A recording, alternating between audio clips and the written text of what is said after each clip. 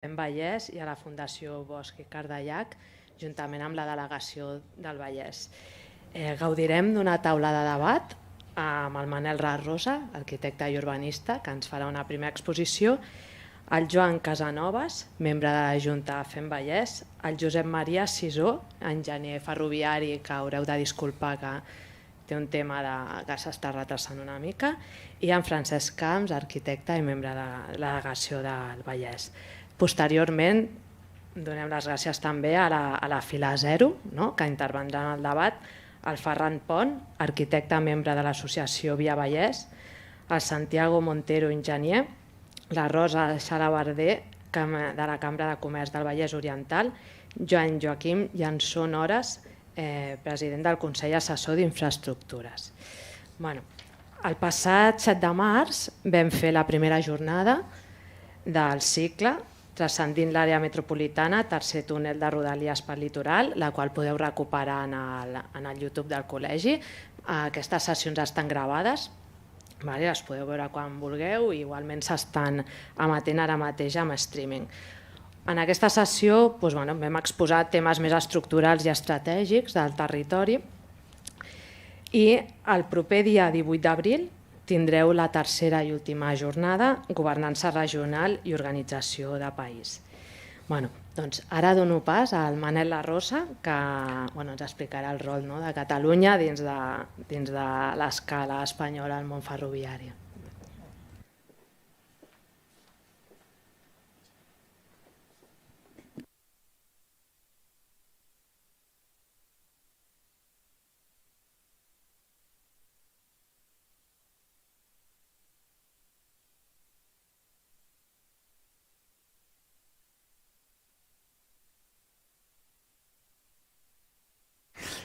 Bona tarda. El plantejament que fem és d'una visió de país des del ferrocarril. I el plantejament concret és si podem fer serveis regionals a l'interior de Catalunya fent servir les línies d'alta velocitat.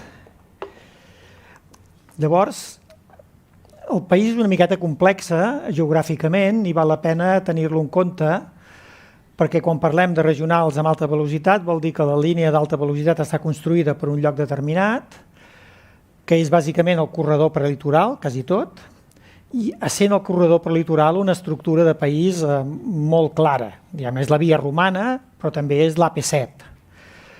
Aquest corredor té un braç important, que és l'AP2, que va cap a Lleida i cap a l'interior peninsular, i aquest esquema, diguem-ne, que van seguir les autopistes als anys 70, després han seguit el ferrocarril d'alta velocitat. Per més que el país tingui altres esquemes, l'eix transversal, o que puguem anar de Barcelona a Lleida, passant per Igualada, però resulta que l'esquema bàsic és un esquema de prelitoral amb un braç cap a Lleida. Aquest prelitoral té una sèrie de corredors, de passos, que de vegades normalment són rius, i forma una llarga espinada de país. I aquesta espinada després es desvia per la C32 i per la costa i va des de Tarragona fins al Tordera. Però, encara que estigui duplicada, l'eix més potent està a l'interior. I Lleida de vegades apareix com una estrella d'eixos radials que per una banda arriba fins a l'Ebre, però per l'altra banda recull tots els rius del Pirineu. Bé, en aquest lloc aquesta estructura és la que assenta el conjunt d'òrgans del país, que són les poblacions. I quan parlem de la imatge de país, de vegades pensem que només és dens i només és metropolità allò que està al voltant de Barcelona, però la configuració de país és una configuració molt més allargada, amb uns eixos radials que ens arriben a Manresa, a Vic, etc. La proposta que nosaltres fem és dir, si la línia vermella és la línia que ja tenim d'alta velocitat, quasi tota ella, perquè des de Tarragona cap al sud encara no té l'estàndard que hauria de tenir, i quan arribem a Barcelona passem pel Prat, Sants, Sagrera, però no passem amb alta velocitat pel corredor del Vallès i passem al braç de Lleida, si sobre aquest espai que en aquest moment tenim les estacions de Figueres, de Girona, de Sants, bàsicament, de Perafort i de Lleida, si aquí afegíssim més estacions i aquestes estacions les situéssim en llocs on ja hi ha línies de rodalies, de manera que fossin nodes que permetessin canviar d'un sistema a l'altre, tindríem com autopistes i carreteres, tindríem alta velocitat per moure'ns ràpidament i tindríem serveis de rodalia amb més estacions que servirien al territori. En aquests moments el que tenim són unes rodalies extensíssimes. Per exemple, la línia de Puigcerdà, teòricament, oficialment és rodalies. O un tren que et surti de Sant Vicenç de Calders acaba a Manresa. Per tant, tenim unes rodalies molt extenses, per exemple, més extenses que no pas Madrid, que de vegades fan aquesta funció regional, però si ja existeix aquesta xarxa d'alta velocitat, fer-hi més estacions doncs, tindria un sentit d'articulació de país. La Catalunya ferroviària, és a dir, el conjunt de comarques que disposen de ferrocarril, són les que tenen color tacat amb groc, que serien pràcticament un 95% de la població de Catalunya, amb totes les estacions ferroviàries. A l'eix mediterrani, al voltant de l'eix mediterrani, tindríem pràcticament el 89% de la població de Catalunya. Per tant, aquest gran eix de perímetre al llarg del prelitoral té una capacitat d'articulació d'un volum de població molt important. En aquests moments ja hi ha gent que treballa o viu a Figueres i ve a Barcelona cada dia i aprofita un tren més barat que hi ha a les 9 del matí i per tant ja fa aquest tipus de desplaçament. Però si això ho aconseguíssim a una escala més sistematitzada, tindríem un volum de població, diguem, a una hora de Barcelona o una hora i pico entre extrem i extrem, considerable. Un altre element bàsic per considerar la nostra identitat ferroviària és tenir la consciència que Catalunya ha estat fins fa molt poc la capital ferroviària de tot l'Estat. Si parlem de mitjana distància i de llarga distància. La columna de llarga distància és la blava, tenim xifres del 2006-2019, de mitjana distància 2006-2009, i a la suma de les dues, deixem Rodalies a part, Rodalies Madrid és molt més potent, quasi duplica en nombre d'usuaris a Barcelona, però s'ha de tenir en compte que si ho calculéssim amb quilòmetres viatger, la distància no seria tan llarga. Madrid és una ciutat més compacta, les rodalies de Barcelona són més extenses, per tant, és un món específic de metròpoli, però no és un món regional. La Catalunya, amb respecte al total, estava el 2019 el 22% del conjunt dels viatgers de les 30 principals ciutats espanyoles. I Madrid, amb respecte al total, estava al 25% el 2019, però és que el 2006 havíem estat nosaltres al 24% i Madrid estava al 18%. Aquest canvi, que diguem-ne Madrid ens ha guanyat per poc i fa poc temps, és una alteració d'una inèrcia històrica que podia venir perfectament des del segle XIX, en la qual l'ús del ferrocarril, en termes regionals i llarga distància, Catalunya era el màxim espanyol. Catalunya continua sent-ho en termes de mitjana distància, perquè té un pes més important en mitjana distància que no en llarga distància. Madrid guanya en llarga distància, però en mitjana distància té una rodalia urbana de capitals més petita que Catalunya. Per tant, primer element de consciència, Catalunya ha estat la capital ferroviària d'Espanya durant molt temps. I si no fos per les grans inversions de l'AVE radial a Madrid, per tant de relacions al llarg de tota la península, les xifres potser serien unes altres. Aquesta inèrcia és fruit d'una inèrcia històrica perquè aquests serveis regionals han connectat moltes poblacions de Catalunya. Per tant, Catalunya no són únicament 4 províncies, sinó que té un conjunt de poblacions mitjanes que donaven sentit a aquesta xarxa. Per exemple, aquest és el mapa de la mitjana distància. Veiem que Madrid connecta una sèrie de poblacions, Catalunya unes altres, hi ha 4 espais, no? Madrid, Catalunya, Galícia i Andalusia. Aquest seria el mitjana distància. En llarga distància, les línies són les del mapa del costat. En síntesi, si la banda esquerra és el nombre de viatgers per a les estacions de llarga distància, els colors carbassa són els de mitjana distància, Catalunya participa de les dues realitats, de mitjana distància i de llarga distància. Galícia participa de la mitjana distància i Madrid també de les dues, però bàsicament amb llarga distància. Vaja, amb llarga distància, mitjana té molt menys pes. Galícia ha fet un exercici de tenir 17 estacions en el corredor de façana atlàntica, connectant diverses poblacions i fent-ho a 200 per hora, amb ample ibèric, transformable, ample internacional, però amb uns serveis de rodalia molt densos que li ha permès tenir aquesta presència. De les principals poblacions que ens surten a l'estadística que publica l'Observatori del Ferrocarril, de les 30 majors, 13 són catalanes, 4 són al centre espanyol. I amb alta velocitat, amb connexions d'alta velocitat, a Catalunya en són 5 i en el centre en són 3. A la nostra banda no hi apareix Puigcerdà perquè està considerat Rodalies i a la banda del centre tampoc hi apareix Guadalajara perquè és considerat Rodalies. Però la proporció de les dimensions d'aquests serveis és aquest. Aquest seria l'esquema de mitjana distància que s'executa a Sevilla. Bàsicament són 3 grans poblacions, Sevilla, Córdoba, Jaén i alguns nuclis intermitjos. Però, en canvi, la façana atlàntica de Galícia té molt interès per aquest servei, diguem-ne, entre Corunya i Vigo, i a partir d'aquí hi hauria algun servei més, però aquesta façana té una gran funció d'articulació regional i cap avall seguirien cap al Porto, etc. Com podríem implementar aquests serveis a Catalunya? Podríem fer-ho gradualment. El primer mapa seria la situació actual. Tenim estació a Figueres, a Girona, a Sagrera aviat, a Sants, a Perafort, a Lleida i a Cambrils. Nosaltres, quan vam fer aquest plantejament el 2016, el Cambrils no hi era, no hi sortia en el mapa. L'estació de Cambrils ha sorgit i l'ha construït Adif perquè ha tancat les estacions de Salou, Cambrils a la costa. Per tant, sobre la línia d'alta velocitat sí que s'hi ha fet una estació, però cap de les altres. Hi ha altres estacions que són més difícils d'executar i unes altres més fàcils, ja ho anirem veient. Però, per exemple, a Vilafranca ja té una estació. A Hostalric seria molt fàcil també de fer una estació. Per tant, diguem-ne, podríem complementar aquest esquema amb més estacions i finalment podríem arribar al model final, que és el que hi ha en l'última imatge.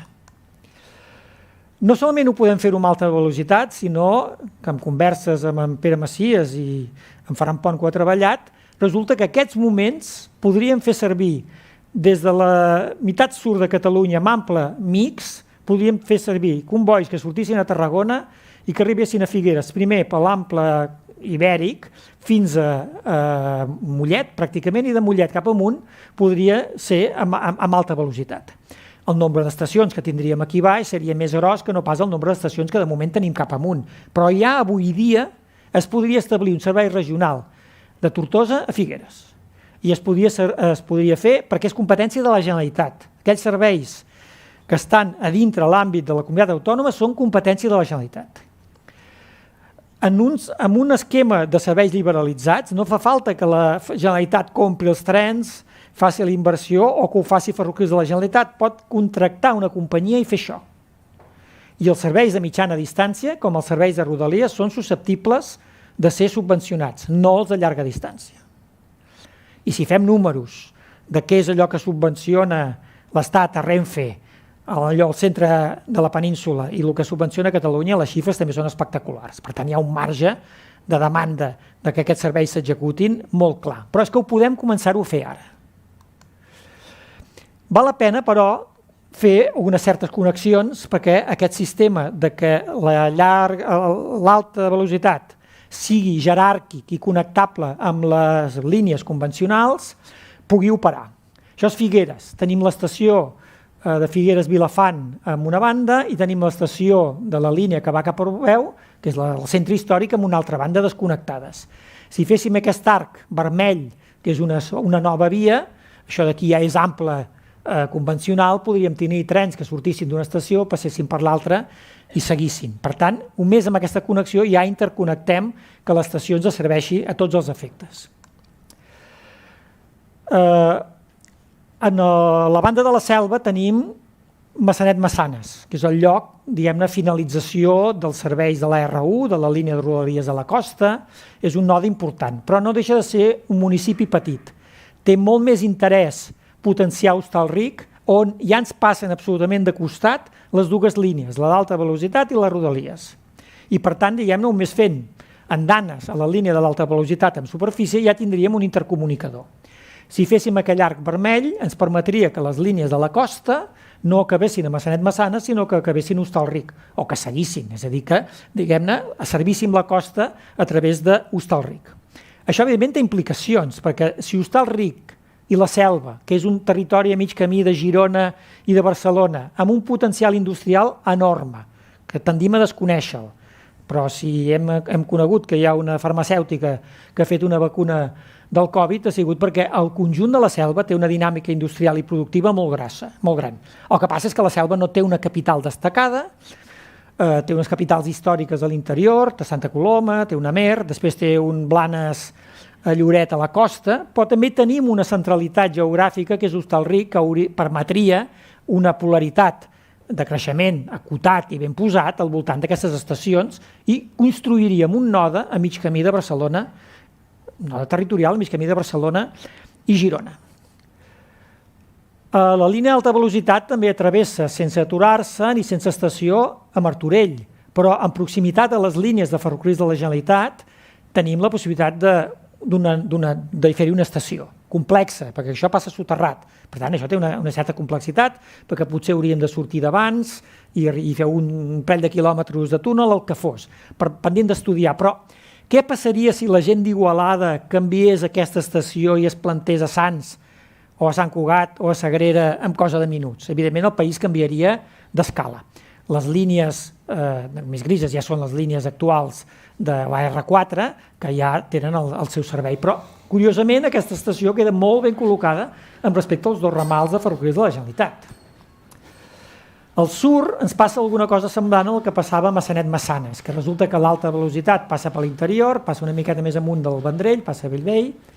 També hi ha la possibilitat, en aquest punt de coincidència, de fer una estació d'intercanvi.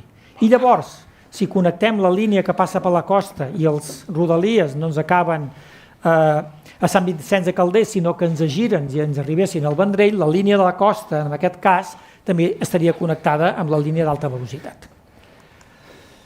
Vilafranca és un cas també claríssim, que tenim les dues estacions juntes en el mig del municipi, soterrades, segurament amb alguna dificultat de construcció de les andanes, però tenim una estació de servei a fora també perfectament col·locada. I evidentment, el Penedès li reconeixem que és un territori de polaritat a mig camí, clarament entre Barcelona i Tarragona. Per tant, és tot un territori que aquest factor de capitalitat que ostenta Vilafranca podria ser reforçat amb aquest element. Reus, evidentment, la línia d'alta velocitat travessarà, però tenim l'aeroport al costat, tenim les línies de rodalies i algun mecanisme d'intercanvi entre les rodalies i l'alta velocitat també hem de plantejar. També ho hem de plantejar-ho en el Vallès, perquè el corredor, pensem que aquests serveis regionals no tots haurien d'anar pel carrer Mallorca, i per tant de Sant Sagrera, sinó que haurien de passar també per l'interior. Entre altres coses perquè passar de Sarrià a Sant Cugat podria ser relativament ràpid, amb serveis semidirectes o amb noves inversions que es facin, i per tant que reconèixer aquesta estructura de columna vertebral de país que passa per l'esquena no és contrari al sentit de Barcelona. Si fa 100 anys es va perforar i es van fer els ferrocarrils de la Generalitat, avui dia Barcelona també podria mirar al seu darrere. És molt fàcil, aquest node està ja aprovat finalment, després de 13 anys de demanar-ho, pels pressupostos generals de l'Estat, i val 1,5 milions d'euros. El mateix que val el de Volpelleres. Que la R8 actual o uns regionals futurs intercanviessin entre Renfe i ferrocarrils de la Generalitat és absolutament fàcil. És utilitzar les dues estacions que existeixen, construir una andana, un ascensor i una escala. I això pot fer-ho sense estudi informatiu, com a obres pures de manteniment i encarregades a ferrocarrils de la Generalitat. Sembla ser que serà possible, perquè els pressupostos de l'Estat finalment ho contemplen, però aquí també podríem tenir regionals, aquí i a Volpelleres. A Montmeló també tenim 2 túnels en paral·lel que podria servir de lloc d'intercanvi en el Vallès Oriental, tota vegada que el corredor ens passa, darrere del Tibidabo ens passa molt pel Vallès Occidental. Pot tenir dificultats d'execució d'andana, s'ha de mirar, si no és aquí pot ser un pèl més endavant, pot també pensar en una estació central, en un àmbit de 400.000 habitants com és el Vallès Oriental, té tot el sentit. Aquest és l'esquema de nodes que nosaltres vam plantejar per les rodalies, però que ens servirien pels regionals. És a dir, Hospital General, Volpelleres són les més fàcils, al voltant de Barberà, amb la R4, algun sistema de comunicació hi hem de fer-hi, i també amb la línia de Vic. És a dir, no podem dir que a la línia de Vic hàgim d'entrar dintre Barcelona per comunicar després amb l'eix prelitoral. És a dir, ja veieu que tot això té una lectura geogràfica molt forta, és a dir, és posar en valor el corredor prelitoral com a gran estructura de país. Això podria anar lligat, per exemple, que si l'alta velocitat, quan arriba a l'aeroport, fa un bucle, tindríem parada de la línia d'alta velocitat a tots els trens a l'aeroport. No la T1, sinó la T2. És a dir, aprofitant un tros de la traça actual que hi arriba i per sota un vial que hi ha, doncs acabant de fer l'enllaç. Quan es planteja l'alta velocitat a Chamartín, és un cul-de-sac i la major part dels serveis que arriben a Madrid arriben a Totxa. I si tots els serveis de Totxa s'han de passar per dintre Madrid per arribar a un cul-de-sac que se'n diu Chamartín, bueno, és el que estan planejant. Però a Catalunya podien fer que l'alta velocitat, quan passa per Barcelona, tingués parada, en hipòtesi plantejable, tingués parada a l'aeroport. Això, evidentment, ha de tenir una visió ferroviària que no es quedi únicament amb aquest factor de l'alta velocitat, sinó que tingui una escala catalana. Per tant, diguem-ne, potser arribarem molt ràpidament a Figueres i a Tortosa, però, evidentment, un Vic i un Manresa necessiten ser tractats amb més equitat, perquè les velocitats amb què arribem, per exemple, a Manresa, no és que s'hagin mantingut al segle XIX, no, és que han baixat. Han baixat de velocitat física de moviment, ja no per més aturades. Però Manresa apareix com un espai d'intercomunicació ferroviària molt important. Això, lligat al que comentàvem l'altre dia, del canvi en pla internacional, de l'unificació de la xarxa, ens hauria de donar una perspectiva una miqueta més àmplia. I, per tant, també establint serveis en els finals de les línies. Si això és la línia és a dir, la xarxa de Catalunya seria aquesta, avui dia ens seria incomprensible renunciar a la línia de Lleida a la Pobla, perquè això ha assegurat aquest sistema urbà una vitalitat que, si no s'hagués conservat la línia, l'hauria enfonsat, però aquest mateix tipus de serveis els hem de fer a altres llocs. Per exemple, quan anem a Puigcerdà, doncs els trens van morint. Alguns moren a Granollers, altres moren a Vic, i alguns passen una miqueta més enllà, però hauríem d'establir sobre els finals de línia serveis específics, doncs, per exemple, de Vic a Puigcerdà, com ja s'està plantejant entre Manresa i Lleida. Per tant, una visió de serveis no seria únicament de centre cap a perifèria, sinó que tindria atenció als extrems d'aquests serveis. També ens podríem plantejar, si és assumible, que Catalunya doni servei a tots els municipis, servei ferroviari, a tots els municipis de més de 10.000 habitants. De la mateixa manera que la Mancomunitat fa 100 anys va dir jo portaré biblioteca, carretera i telèfon a totes les poblacions, és molt bèstia plantejar arribar als municipis de 10.000 habitants, és una hipòtesi plantejable. Entre altres coses, perquè a Catalunya ens hem gastat, posem de l'ordre de 16.000 milions d'euros amb la línia 9, per un àmbit de 2,5 milions d'habitants. Si en el reste de 5 milions d'habitants n'hi destinéssim 16 o 32, que seria l'equilibri, les xifres que ens surten, simplement per equitat inversora i capacitat inversora que hem tingut fins ara per destinar a noves finalitats, amb 16.000 milions fem 800 quilòmetres de ferrocarril. Per tant, la idea de que ja estem en el sostre alt de la xarxa viària i amb xarxa viària bàsica d'autopistes i autovies estem als llindars alts europeus, en canvi estem a la meitat de la xarxa europea.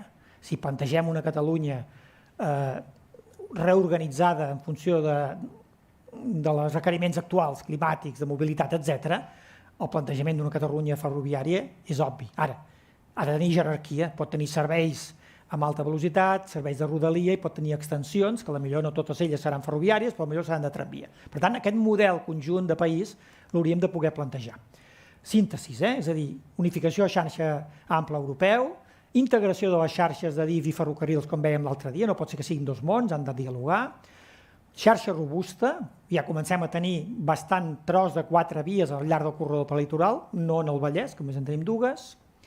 Haurem de gestionar-ho això d'una manera més consorciada, no pot ser que l'Estat tingui les seves, les Generalitats les seves, sinó que això tingui un equilibri. Ho hem de plantejar en termes que hi ha uns dèficits d'inversió a Catalunya notables i, per tant, que una equitat inversora dintre l'Estat donaria per molt per resoldre aquests plantejaments. Hem de parlar també llargament de xarxes, per què no? I ho hem de fer-ho des d'una visió de serveis, no solament d'infraestructura, sinó sobretot de serveis. I hem de plantejar, diguem-ne, una autoritat del transport més a escala catalana, encara que l'escala de l'ATM de Barcelona quasi ocupa mitja Catalunya, no, ha de tenir una autoritat que tingui una visió més general. Hem de tenir una visió que no sigui des de Barcelona cap en fora, sinó que sigui més integrada, i ho hem de planificar. Sobretot perquè el PIT, el Pla d'Inversions en Transport Col·lectiu 2006-2026, caduca el 2026. Ja seria hora que aquest pla entomés aquest repte. Aquest pla, quan el van fer el 2006, en plena eufòria immobiliària, que semblava que els recursos donaven per tot, era un pla amb una càrrega vial molt forta. El pla que hauríem de fer ara seria un pla amb una càrrega ferroviària molt forta. Aquest pla, que seria un pla sectorial, seria realment el Pla General de Catalunya. Si fem un bon pla ferroviari, estem dissenyant Catalunya. Estem dissenyant la Catalunya urbana del futur. I ho podem fer amb aquest instrument i prou. Per tant, diguem-ne, val la pena aprofitar aquesta oportunitat. Tot això, de vegades, ho hem de fer-ho al servei d'una certa visió econòmica del país. És a dir, a vegades pensem que el dinamisme de la ciutat global és el motor de tot i no és veritat. Tenim una Catalunya interior enormement dinàmica. Aquestes són les xifres del valor brut industrial del salt del 2006 al 2019.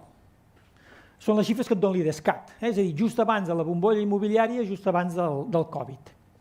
Ens diu que aquestes 4 comarques que serien regió de Barcelona, que sumen el 63% de la població de Barcelona, 4.900.000, amb respecte al reste de territoris interiors i del reste, sumen 36% de la població de Catalunya. Però del valor brut industrial aportat, la metròpoli n'ha aportat el 36%, contra un interior de Catalunya que ha aportat un 63%. És a dir, la dinàmica productiva, si el fet productiu és un fet que hem de valorar amb consciència, resulta que inverteix les xifres. És a dir, l'interior de Catalunya és enormement dinàmic. Per tant, una estructuració urbana interior serviria a un projecte amb visió territorial i amb visió productiva. Curiosament, l'eix prelitoral passa per l'interior, no passa per la costa turística, passa més llarg per l'interior. Però aquestes xifres són absolutament impressionants, d'un dinamisme important. I Barcelona, el barcelonès, perd pes industrial durant aquest període, molt. I de vegades tenim una dislèxia, que ja en parlarem el proper dia, que és que aquí ens sembla que la ciutat global, a base de serveis, però bàsicament a base de turisme i a base d'alguna sèrie de startups, ja és l'únic factor de dinamisme del país. No, és un factor de dinamisme del país dissociat de la resta del país. Perquè les startups que hi ha aquí i les multinacionals que hi ha aquí poc tenen res a veure amb el dinamisme interior del país. Per tant, es tracta de relligar tot això molt millor. Per tant, tenim un argument econòmic a estudiar i a valorar sobre quin és el projecte de país i quin és el projecte territorial i com s'expressa i, finalment, quina és la seva columna vertebral sobre la que se sosté. I aquesta columna vertebral, nosaltres pensem que és avui el ferrocarril. Per tant, el potencial urbà i regional de Catalunya és un capital històric. No estem aquí per casualitat, sinó per una herència històrica, que ens permet cimentar una visió de futur i que ens permet sustentar unes relacions entre capital i conjunt de país molt millor que el simplisme que de vegades fem servir, que és Barcelona aïllada, una corona metropolitana i un reste de dintre que no se sap què és. No, tot això s'ha d'estructurar molt millor. I tenim espais emergents enormement dinàmics, la Penedès o la Selva. I tenim vells pols, com Llobregat, Manresa, Vic, etc., el Ponent, Lleida, enormement dinàmics. En la taula anterior, el rècord màxim d'increment de producció industrial corresponia a l'àmbit de Vic i el segon corresponia a Manresa. O sigui, no és qüestió menor. I tenim espais sobre el qual també hauríem de dir alguna cosa, l'Ebre, el Pirineu. Ara, tot això vol dir una lectura en què aquest prelitoral forma part de l'espinada del país, és a dir, allò que ens sosté. I, per tant, aquesta opció, per nosaltres, que donaria sosteniment a aquest projecte, és el ferrocarril, en base urbana.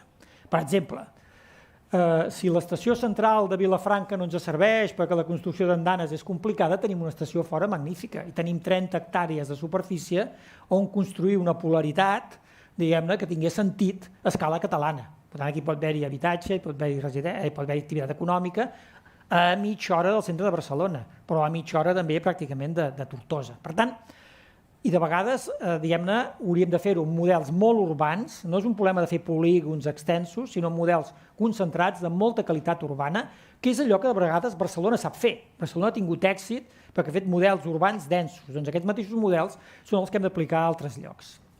En síntesi, volem un horitzó de país, és a dir, volem saber on anem, volem tenir il·lusió que el país es mou i es mou tot ell d'una manera coherent. El salt dels anys 70 es va fer amb una autopista a l'AP7 d'una qualitat notable. És a dir, si mirem l'autopista de Manresa, no té la mateixa qualitat. Per tant, diguem-ne, amb un impacte, evidentment, al territori notable, però es va fer amb un canvi, un salt d'escala enorme. Un salt d'escala que després va ser envejat per mitja Espanya o per tota Espanya i es va passar a l'Espanya de les autovies gratuïtes. I aquí hem estat pagant aquesta autopista fins fa poc, pagant-la 3 vegades. Però, diguem-ne, no entendríem la Catalunya actual sense aquest eix. Això implica una mirada de Catalunya que regionalitzi. L'interior no és un camp difós, són una sèrie de regions que tenen identitat econòmica, geogràfica i humana en la mesura que la gent és fruit del medi, de l'activitat econòmica que hi fa en ell. Ara bé, tot això que diguem-ne és el futur i que té una certa gràcia, ara li deixo la paraula en Josep Maria perquè diguem-ne ens expliqui com grinyola i les dificultats que tenim com per assolir un repte d'aquest tipus. Josep Maria, endavant. Endavant? Sí. Bé.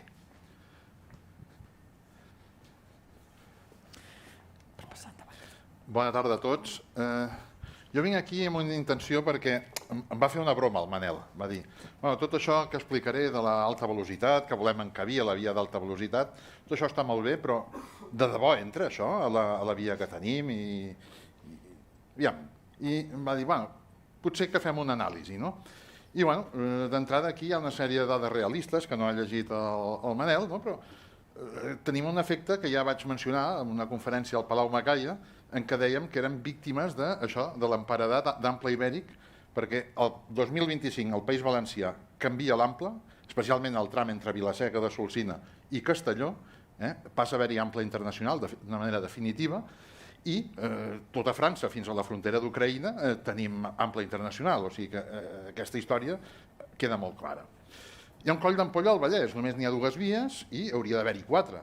Clar, si comparem coses d'aquest estil, perquè a Cartagena ha d'haver-hi 3 vies, doncs, a veure, si a Cartagena, que està a 500 quilòmetres al sud, hi ha 3 vies, com és que al Vallès no ha d'haver-hi 4, quan a més havia d'entrar la via d'alta velocitat pel Vallès. Hi ha un altre coll d'ampolla al sud de Tarragona. D'aquest avui no en parlarem. Les xifres, que he començat a mirar-les, fan por, però això avui no toca. Hi ha una elevada demanda vigent i creixent de mercaderies. Veureu ara unes xifres de mercaderies que us poden marcar una mica la tendència general de tot això. No hi ha previsió de canvi d'ample de la xarxa actual, per exemple, el tram de Figueres a Portbou, que seria un pal·liatiu a la situació que ara tot seguit veureu.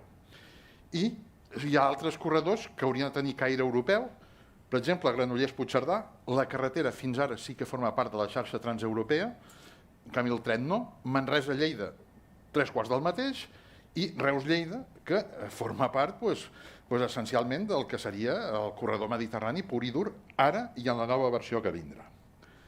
Anem a veure els trens del segon semestre del 2025. Mireu, això com a serveis ferroviaris de la línia, i insisteixo, el tram entre Barcelona, Tarragona, cap al nord, seria aquest. Hem estimat uns 10 trens. SNCF Mobilités, 1 i 2, són els TGVs, podem dir un TGV del convencional, el clàssic, i un altre Ouigo, aquest de 2 pisos, que és el que ara està fent el servei. Un parell, un pel matí, un per la tarda. Si van amb doble composició, estem parlant de 1.000 persones cada tren, és a dir, 2.000 persones. Estaríem parlant del 25% del que avui és l'oferta aèria. La Renfe ha parlat, oficialment, això hi ha declaracions públiques, ha parlat de 3 trens, un Madrid-Marsella, un Barcelona-Toulouse i un Barcelona-Lyon. Fixeu-vos que aquí només hi ha un servei d'anada i un de tornada. Per anar bé hauria d'haver-hi un servei pel matí i un altre per la tarda, que en serien 6. Anem a ser molt moderats. Portem ja 5 trens. Ferrocarrils de la Generalitat de Catalunya té previst fer aquesta xarxa una mica que parlava en Manel i clar, fixeu-vos que és una estimació de serveis amb un projecte que està recolzat per la Comissió Europea. És a dir, va fer una presentació a la Comissió Europea de Ferrocarrils i que menys que 3 trens. Si no, m'és igual, els hi passem a la Renfe aquests 3. I després hi ha 2 nocturns, que aquests també són interessants. Un operat per l'operador suís SBB, un altre l'austríac, que són els Euronightjet, és un sistema de ferrocarril nocturn molt estès per Europa i tenen intenció de fer el Barcelona-Zúrich. El de Barcelona està per veure, el de Zúrich sí. i el European Sleeper, el Barcelona-Amsterdam, que també és un dels projectes, dels 10 projectes recolzats per la Comissió Europea. Estarem d'acord que 10 trens no és una xifra i, a més, aquests, d'una manera o d'una altra, ja estan anunciats. Us he de dir una cosa. El quadre de serveis del 2025 s'ha d'anunciar, s'ha de començar a preparar el mes de juny d'aquest any. O sigui que la bomba ja fa tic-tac. O sigui, això ja ens apreta. Mercaderies. Mercaderies per al segon semestre, aquí hem de dir dues coses. Pel segon semestre hauria d'estar ja acabat el canvi d'ample entre Vila-seca i Castelló. Aquests són els compromisos que hi ha. Seran o no seran, però el compromís hi és. Us puc dir que el dia d'inici del servei a la terminal de la Llagosta està previst el plec de la concessió el 1 de maig del 2025. Això no m'ho he inventat, és de disposició pública. Aleshores, anem a veure quins trens hi ha també previstos. Aviam, a la Llagosta se'n parla que han de sortir 4.600 trens. Anada i tornada, això són 2.300 en un període de 365 dies. Això són 7 trens. 7 trens que més aviat seran 8. Però això en el ben entès que es treballa tots els dies de l'any i les 24 hores del dia. Anem a fer una abstracció. Per exemple, Via és l'operador que fa l'autopista ferroviària aquesta del Voló cap a Bettemburg, a Luxemburg. Estan fent 6 serveis al dia i volen operar aquí. Estan ara operant un sol tren. Si no fan 7-8 trens, la pèrdua de diners és espectacular, perquè hi ha uns cànons molt forts i hi ha unes necessitats importants de fer trens. És a dir, estem parlant de 3 intermodals, perquè hi haurà serveis de contenidors pròpiament dits, i 5 d'autopista ferroviària. Ara mateix, Cantunis-Morrot. Hi ha 3 serveis que podem dir diaris, que són el servei a Busto, el servei a Amberes i el servei a Ludwigshafen-Mannheim, que operen UPAC i Combi-Berker. Cantunis, hi ha trens de mercaderia general, hi ha cotxes i un tren de lleixiu que té com a destinació final a Martorell amb un transbordament de mercaderia. Cosa espectacular per 17 quilòmetres que hi ha del port de Barcelona a Martorell. Martorell-Seat. La Seat ha dit de fer 5 trens. Anem a ser més... apaguem una cosa i seran 4. Potser, ja veurem. Cotxes i peces components. CDC Catalonia és l'antiga terminal de BASF a Tarragona. Això s'ha traslladat a la terminal de la Boella dins del port de Tarragona i ells han parlat sempre de 4 trens, en sentit sempre cap al nord. El port de Tarragona n'ha parlat de 2, un dels operadors, que és DP World, se sap que estan fent gestions, però que menys que 2 trens. M'he deixat abans el port de Barcelona. El port de Barcelona no farà trens? Posem-li 2. És que ara mateix no en fan. Posem-li 2. Sagunt. El port de Sagunt, hi ha tota aquesta història de la gran fàbrica de bateries que ha de subministrar a mitja Europa. Molt bé, de moment hi ha uns trens que van a Castellbisbal i a Portbou que porten material siderúrgic i són un parell. No tenim notícies de més. Ni tan sols hi ha una preparació ara mateix de vies d'ample internacional a l'àrea de Sagunt. Fixeu-vos que també València, el port de València, no està fent res ara mateix cap al nord, conto hi ha un tren, he sentit a parlar, i la Font de Sant Lluís potser en farà també un parell de trens, és a dir, però fixeu-vos, tot plegat són 29 trens. Almussafes, la Ford, un tren de cotxes i un de components, que és grosso modo el que s'està fent ara mateix. I Via, l'amic aquí, Miguel de San Juan, és gerent d'una empresa, Primavia, que volen sortir de l'àmbit de la zona d'activitats logístiques de Múrcia i probablement pensin fer un tren. Perquè penseu que un tren que surti des de Múrcia necessita 2 composicions per fer un sol tren, perquè són quasi 2 dies de viatge. A partir d'aquí, això què ens dona? Ara us presentaré una cosa que ens dirà moltes coses, però no les dic jo, les diu la gràfica. I aquesta gràfica, us feu la idea que és aquells exercicis que fèiem a l'EGB, jo vaig inaugurar l'EGB l'any 70, de 6è de bàsica, que et deien un tren surt de Barcelona, va cap a Madrid i va a 80 km per hora. Ara és el que veurem aquí i veurem quines conclusions en traiem. Això és el que se'n diu una malla. Què hi ha aquí? Això mostra el tram entre Barcelona i Sagrera i veieu unes línies blaves, que són aquestes entre les 7 del matí i les 9 del vespre, que marcarien els trens de viatgers. Uns trens que circularan a una velocitat màxima de 200 km/h perquè ara és la que s'admet havent-hi trens de mercaderies. Fixeu-vos que també els horaris estan cadenciats. Aquesta no és una exigència, però és una conveniència molt bona que demana França i tots els operadors d'infraestructura generalment, perquè si els horaris no són cadenciats hi ha problemes per encabir els trens. I en vermell, si compteu, surten 25 trens. Si anem enrere, sortien 32. Els 25 se'ns quedaven a Tarragona. Què passa aquí?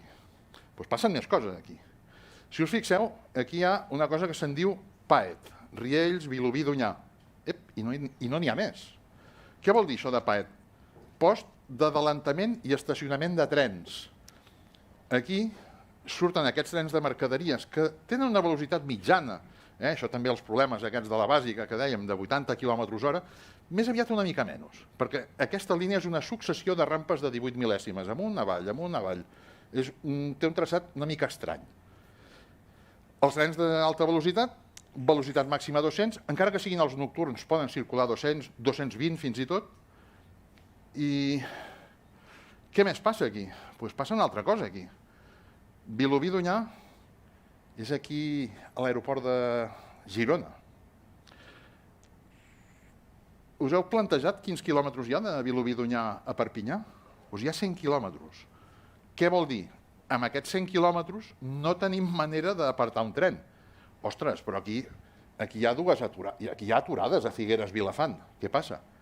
Doncs passa que hi ha pendent de fer una obra des del 2012, que és unir les vies 5 i 7, perquè ara mateix no estan connectades, i hauríem de tenir en consideració, si fem el sentit contrari, la via 6 de l'estació de Figueres Vilafant per poder esperar els trens que han de continuar cap a Barcelona. No noteu res a faltar aquí? Tot us quadra bé? Doncs ara mateix hi ha 16 trens que inicien servei o acaben servei a Figueres Vilafant. 16. I on són? Si posem aquests 16 trens, hem de treure trens de mercaderies. O si traiem trens de mercaderies per posar aquests altres, aquí això no lliga. Tenim un problema. Fixeu-vos que us he dit, Figueres Vilafant, hem de fer una petita obra, no és gran intervenció, però necessitem que els trens s'aturin, perquè si no, no poden adelantar. I passen més coses aquí.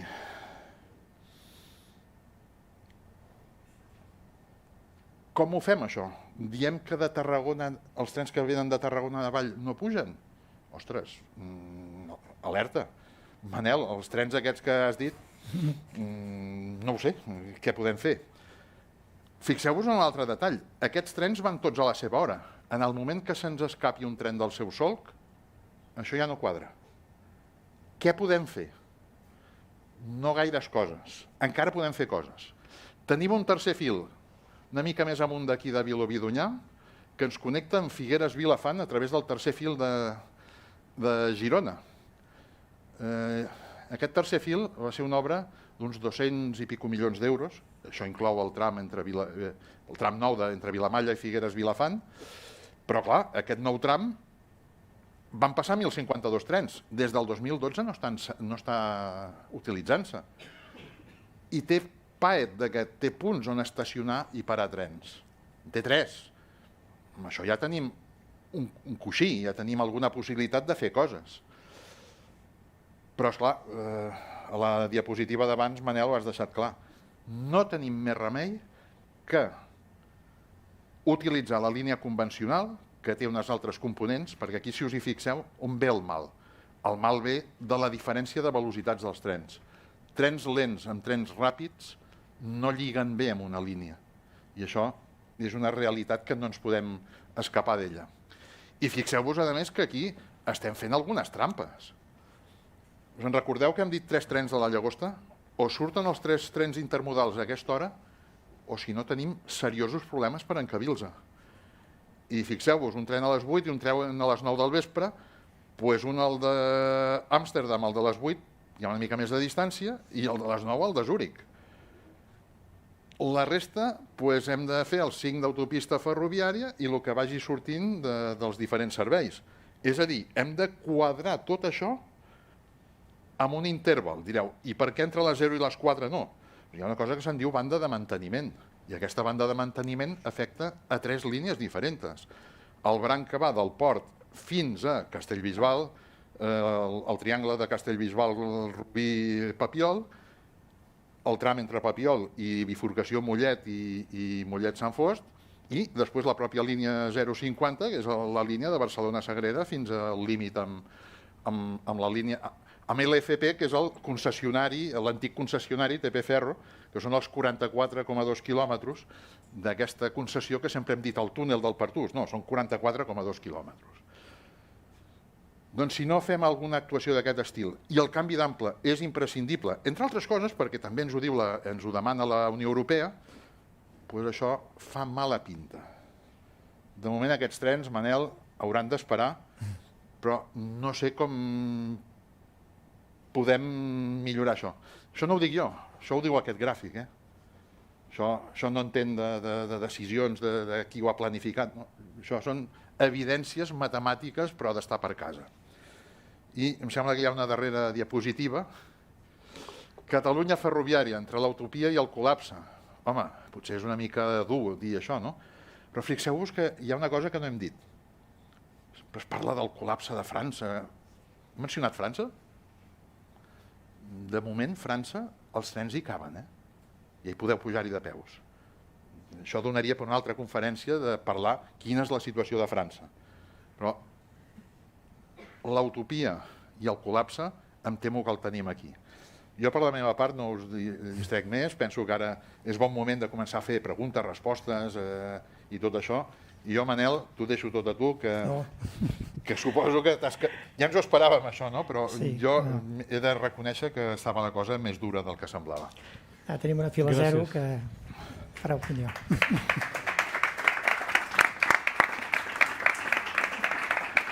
Gràcies, Manel i Josep Maria. La mecànica és la mateixa que vam fer servir l'altre dia, s'ha fet l'exposició i ara sentiu-vos lliures d'intervenir, tant els que esteu convidats a fila 1 com el Joan, que ens acompanya, com el públic. Vull dir que el Jordi us anirà passant el micròfon.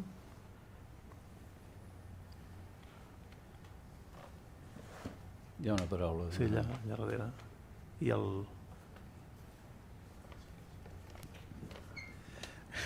Em dic Pau Batlle, soc arquitecte, soc del Penedès i també estem una mica amb la línia de Fem Vallès pel tema que tota l'estructura ferroviària s'ha deixat de banda i considerem que és un argument importantíssim pel segle XXI. Per tant, endavant. Jo amb el Sisó li diria una cosa que ja ho havíem comentat, però és que m'agrada posar el dit a la llaga. Tio, per què fem passar les mercaderies per l'AVE? Si ja sabem que són incompatibles. Per què no fem una estructura ben pensada de macrosistema regional basat, diríem, en la relació sistemàtica de diferents capes? Per exemple, la costa, el que vam parlar l'altre dia a Can Tunis, allò és un metro regional que ve, diríem, del sud i se'n va cap al nord. Segon, l'eix central, que és de Sant Vicenç de Calders, passant per Vilafranca, Martorell, etc., que seria el que avui ho he plantejat perfectament, que és els trens regionals combinats amb l'AVE, que està molt bé. Ja discutirem el tema de Bellver i Vendrell, que no estic gens d'acord, però sí que estic d'acord precisament amb la secció que heu fet de l'estació de Vilafranca, que la vaig dibuixar jo. Exacte. No, bueno, perquè ja en parlarem d'això. Però llavors, com a tercera estructura, és l'eix transversal que ve de Lleida, passa per Manresa i travessa, ja sabem que és un problema geogràfic molt important, però passa per Vic, pot arribar inclús per Olot i acaba a Girona o connectant amb França. Ja ho sé que això és una utopia, però les tres línies estan claríssimes. Metro regional per la costa, regionals i AVE pel mig, i mercaderies per dalt. I aquesta seria la malla fonamental a on hauríem d'estructurar tot el sistema ferroviari.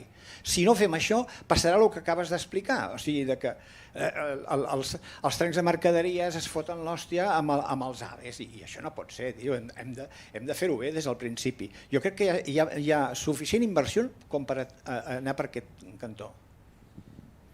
Perdona, sí. Abans que tot volia donar les gràcies al Col·legi d'Arquitectes i també a la Fundació Bosch i Cardellac per compartir aquest acte amb Fem Vallès, vinc en representació de Toni Abat i de Fem Vallès. Ara he sentit la lliçó magistral vostra que heu fet, que realment és impressionant, i sobretot pels que no hi entenem tant i que us hem anat sentint en diverses ocasions. Jo, pel que sentia abans de l'exposició o de la proposta que es feia, voldria extendre-la una mica, potser en Cisó ho coneix millor, i saber com ho fan a França en mercaderies i també en trens de passatgers. És a dir, comparteixen l'alta velocitat en mercaderies i passatgers? Sempre que poden, ho eviten. Sempre que poden, ho eviten. Línies que siguin mixtes, ara mateix d'alta velocitat, tenim el tram del que diuen el Contournement Nîmes-Montpellier, que és la via, el puntatge ferroviari entre Nimes i Montpellier, on tampoc s'està anant a les velocitats màximes que s'hi podria anar. És una línia preparada per 300, 350. I el que sí és cert que el tram francès, del tram aquest de LFP Pertús, aquesta línia estan circulant trens de mercaderies a 300, trens de viatgers a 300 i trens de mercaderies a 100 com a velocitat màxima ara mateix, però estan fent un promig d'uns 80, però també hi ha el tema famós de les rampes. Això, si hi hagués una densitat de trens com uns 40 o 50 que podria haver-hi amb algun estudi que s'ha fet a França, hauríem d'evitar que passin trens de mercaderies per aquí, a no ser que vagin a més velocitat. Però estem en el límit, amb aquests 44 quilòmetres, estem en el límit de poder fer coses. Pensem que 7 quilòmetres abans de Perpinyà, en el punt 0, el quilòmetre 0, està el feix de vies internacional del Soler, que amb aquest feix de vies el que es fa és rebre els trens per canviar o el maquinista o la locomotora o afegir material de la terminal de Perpinyà. A partir d'aquí convé que els trens d'alta velocitat vagin per una via i els trens de mercaderies vagin per una altra. Vull fer una petita introducció de tot aquest enrenou de França, de que França ens boicoteja i tot això. Compte. Quan un mira el que s'ha aprovat, l'únic tram de mercaderies i alta velocitat que hi ha preparat a França en perspectiva any 2042 és el tram entre Tologes, que és el final d'aquesta antiga concessió, just abans del revolt d'entrar al Soler, fins una mica més amunt a Ribes Altes, al camp Mareixal Foix, el Mariscal Foc, que connecten amb la via tradicional. I el següent tram, que és mixta, comença a Béziers i acaba a la Castellana, a la sortida de Sant Jean de Vedàs, a Montpellier. Si això ho tenim, ens quedem exactament igual que estàvem, perquè només tenim a mercaderies un tramet d'uns 15 quilòmetres que pot haver entre Toluges i Ribes Altes i la connexió abans de Salses, i això sí, aquest és important i és per d'altres raons, el tram entre Béziers i Montpellier. Però és que no guanyem res. França hauria de fer d'altres coses, alguns ho hem proposat perquè portem des de l'any 94 anant a França i parlant de tot això, però a veure, potser hem de fer una cimera de tècnics amb una mica de coneixement dels detalls de tot això, perquè els detalls és on està el gran problema, i veure què podem fer que convingui aquest eix europeu, perquè recordem que això és una xarxa transeuropea que ve des d'Algesires i acaba ara, en la nova definició, a la frontera d'Eslovènia. Aleshores, hem de pensar en global, no hem de pensar en el Vallès, ni hem de pensar en Catalunya, ni hem de pensar en Occitània, no. Hem de pensar des d'Algesires fins a la frontera d'Eslovènia, perquè ja connectem amb els altres corredors. No sé si amb això he contestat la pregunta, però crec que les línies de ferrocarril de mercaderies per una banda i per una altra. I això ho lligo amb el que comentava en Pau Batlle. Aviam, podem estar més o menys d'acord, hi ha grans dificultats, però haurem de pensar a mig termini, perquè hi ha uns objectius climàtics de tot això, i de cara al 2050 les exigències, no demandes, exigències europees són espectaculars, són una cosa que potser no hem començat ni a fer els números. Hauríem de pensar en una línia com la que surt del port de Rotterdam, que connecta cap a Alemanya, que en diuen la B2B. Nosaltres diem la B2B catalana, que potser hauria de començar a l'alçada de Vinaròs i continuar fins al Vallès, o si fem fins i tot un puntatge del Vallès. I això ho deixo aquí com a idea a treballar, que no és d'avui, això. Sí, llavors, perdó, només un... Jo penso que el cos, el que seria el cos, l'entitat, diguéssim, ferroviària que tenim a Catalunya, que es composa d'un esquelet, resulta que aquest esquelet ja és feble. Tenim una part feble d'aquest esquelet dins de Catalunya. I, a més, penso jo que aquesta és la més important, tenim un muscle més feble, que seria la governança i les decisions que es prenen sobre això, perquè si l'esquelet ja és feble i a sobre tenim una governança que no ens ajuda, diguéssim, a impulsar les infraestructures que necessitem, jo penso que la suma d'aquestes dues coses ens posa encara en una situació més feble. El Ferran, sembla.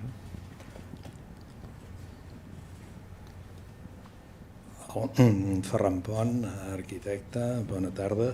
No, m'agradaria potser recalcar una mica les bondats d'aquesta proposta que es feia per iniciativa del Pere Macias des de Via Vallès s'ha anat desenvolupant en quant a articular una línia de regionals que des de Figueres vagi a Tortosa.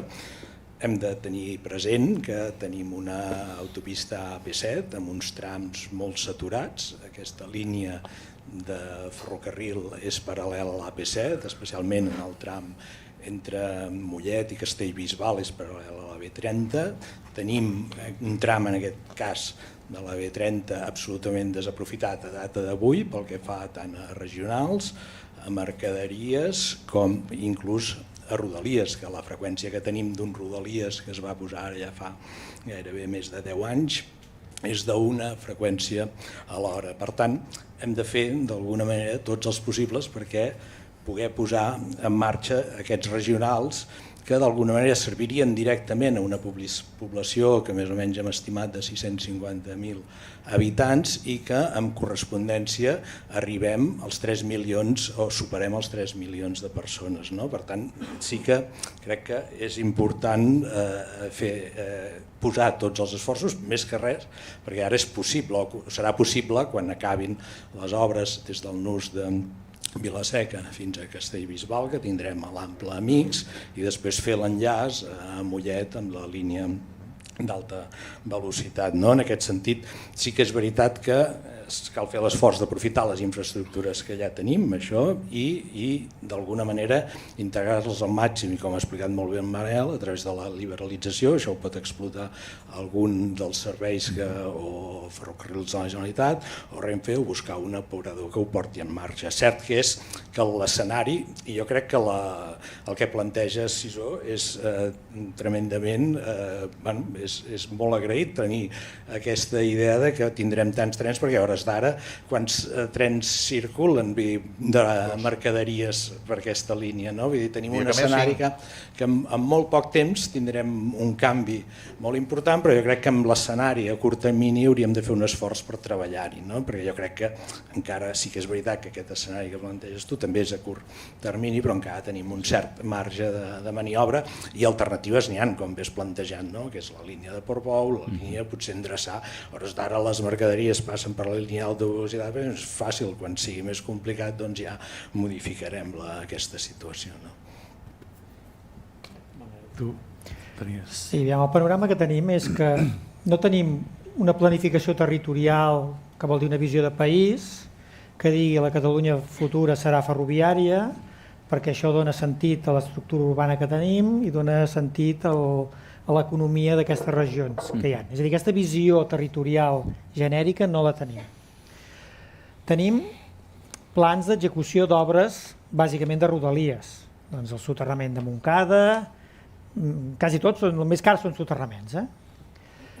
Tenim algunes obres que ens han posat els pèls de punta, com per exemple una rampa des de Mollet, que ha de baixar a l'estació intermodal de la Llagosta, salvant 20 metres per comportar convois de 400 de longitud, que passaran de llarg de l'estació i hauran de fer cul enrere per tornar a dintre. O hem tingut sorpreses curioses, que és que parles amb la gent del corredor mediterrani a València i et diuen les 4 vies per Vallès no fan falta. En tot cas, feu un estudi i ens ho demostreu. Dius, home, si aquí ve de l'interior peninsular, de la costa, etc., doncs i a més tenim rodalies i regionals propis, hauria de semblar més que evident començar-ho a estudiar, però no hi és. No tenim, com menys que coneguem, que Renfe o Adif tinguin un pla de serveis que diguin la meva capacitat és aquesta i la meva capacitat d'oferta serà aquesta. És a dir, hi ha un dia a dia de gestió i a partir d'aquí demà no se sap què passarà.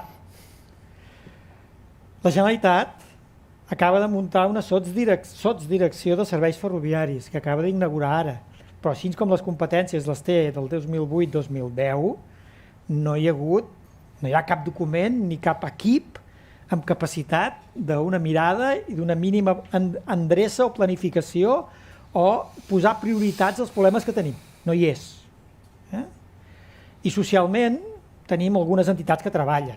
Tenim la Càmera de Comerç de Barcelona que ha fet feina, tenim la PTP que sobre serveis de viatgers ha dit coses, el Col·legi d'Enginyers diu algunes coses, bàsicament algunes persones concretes, no tant la institució, i para de comptar. És a dir, que el panorama que tenim és com d'aquest gran embolic, és a dir, que ens falta la visió general, però també ens falta la solució concreta a una problemàtica que ens espategarà els dits a mesura que el nivell de serveis augmenti. Per tant, diguem-ne, dius, bueno, encarreguem un gran pla, no? És que si encarregues un gran pla i l'encarregues unes soles mans i tarden el temps que tarden, és que te la jugues, no? Falta una governança més dinàmica, més sobre la feina i que el primer interessat hauria de ser d'escala catalana. És a dir, aquí hauria d'haver-hi el govern de la Generalitat i una participació de les entitats que han conegut el tema i que l'han treballat, una remangada conjunta com per centrar els temes bé. Però realment estem en un panorama com molt desolador.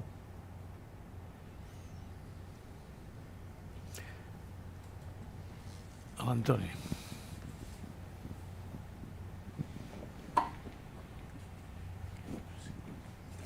Manel. Bueno, primer de tot, soc l'Antonio Font, arquitecte. Primer de tot, jo volia reiterar la meva felicitació a Manel Arrosa per l'esforç que està fent en aquests assajos de plantejar una xarxa ferroviària que relligui el país i que sigui una mica la columna vertebral de l'organització del mateix. Jo volia, a més, donar un altre punt de vista que em sembla que és complementari a el que s'ha dit. I és que, efectivament, en un futur, jo crec que el sistema ferroviari i les estacions seran els elements clau per a l'organització territorial. I, per tant, a més del que Manel i Joan i Sisó plantegen, jo crec que estaria bé que a la visió de connectar entre si els nuclis urbans existents com una necessitat evident, penséssim també en la capacitat potencial de les estacions com mecanismes aglutinadors de l'organització territorial. És a dir, si jo tingués que fer un pla territorial metropolità de Barcelona, o millor, un pla regional, em sembla que partir de les estacions i de la capacitat de polarització que tenen les estacions seria un element importantíssim. I, a més d'intentar connectar, com molt bé fa Manel, intentar connectar tot el que és possible entre els nuclis existents, em sembla que descobrir espais d'oportunitat al costat de les xarxes per poder muntar noves àrees de centralitat, a més dels nuclis existents, em sembla que seria un element importantíssim, potentíssim, per a reorganitzar el país. És evident que els nuclis estan posats on toca, perquè la història, la geografia, etc., els ha posat allà. Però també ara descobrim, quan mirem el territori, espais internuclis que potser tenen una capacitat potencial d'aglutinament, de reorganització del territori, molt importants. Per tant, jo, a més de felicitar aquest esforç tan important de descobrir les possibilitats, les capacitats per muntar una nova xarxa completa a nivell regional, em sembla que hauríem de tenir també aquesta altra dimensió complementària de certs espais d'oportunitat i de la importància transcendental que en tindran pel futur les estacions i el seu paper en el territori. Sí, totalment d'acord. Recordo quan el Manel ens explicava l'intercanviador de la Llagosta, precisament al voltant de l'intercanviador de la Llagosta hi ha tota una àrea d'oportunitat econòmica i de desenvolupament molt important. Recordo que vam dibuixar un esquema o ens ho vas plantejar i es veia molt clarament, és a dir, un territori que no està pràcticament utilitzat i que es pot reconvertir i se li pot donar un altre ús, evidentment, amb avantatge, diguéssim, econòmica i social. Amb operacions d'una certa densitat, amb poc espai, fas molta feina i mires el mapa ferroviari i sorgeixen aquestes oportunitats. Hi havia una paraula? Hola, em dic Álvaro Nicolás i no soc arquitecte. Entenc la reflexió d'alguna forma que feu, no? Hi ha hagut una inversió molt important en l'alta velocitat en aquest país, però això també s'ha fet, com si diguéssim, a costa d'un dèficit d'inversió en la resta de la xarxa ferroviària que teníem. I per tant, doncs, si en les carreteres d'alguna forma anem, com si diguéssim, per la tercera generació d'infraestructura, vam començar per unes carreteres locals, van passar a ser locals millorades i al final vam desenvolupar, com si diguéssim, un sistema d'autopistes. En el cas dels ferrocarrils vam saltar directament, com si diguéssim, de la infraestructura local a l'alta velocitat i ens va quedar, com si diguéssim, la millora de la infraestructura existent, que de fet és la infraestructura d'alguna forma que travessa els nuclis i que està millor situada en relació a la població que tenim, no tant la infraestructura d'alta velocitat, que a dia d'avui sí que en alguns punts travessa o inclús és propera als nuclis de població, però no la tenim tan ben situada. Llavors, aquesta és una primera reflexió, que no oblidem. M'ha semblat que estava molt centrat, com si diguéssim, en l'alta velocitat i té certa potencialitat, però sí que m'agradaria veure també les reflexions que hi ha entorn d'aquesta altra xarxa. I després, que no sé si ara mateix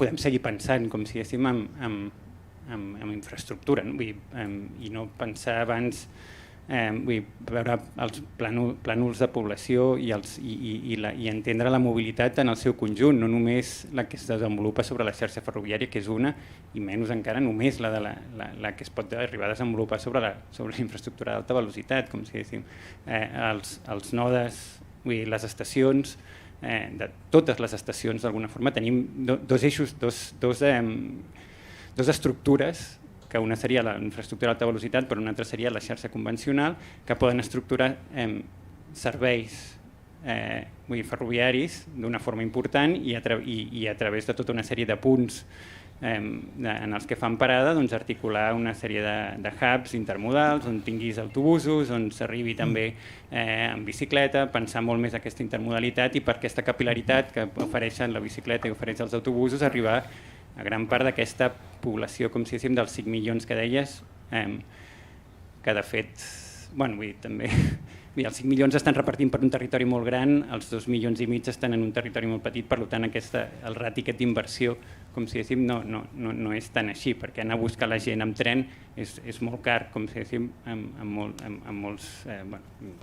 perquè lògicament la infraestructura és molt cara per anar a buscar com si diguéssim, conglomerats de població petita. Per tant, crec que hem d'introduir també el concepte de mobilitat, hem d'introduir el concepte de xarxa convencional perquè juguin tot això, la intermodalitat, l'autobús, les altres com si diguéssim, modes de transport. Crec que per complementar una mica més tota aquesta visió que heu oferit.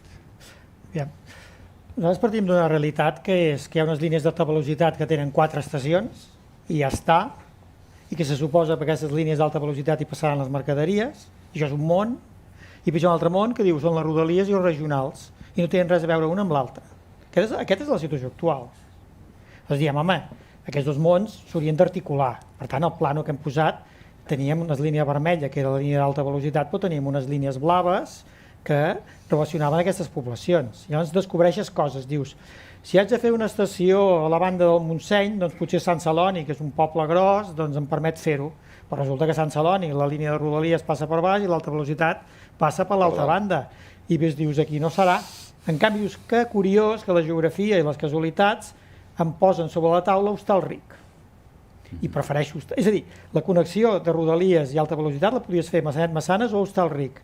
Home, té més gràcia pel seu potencial fer-ho Hostalric, per tot el que pot desenvolupar al costat.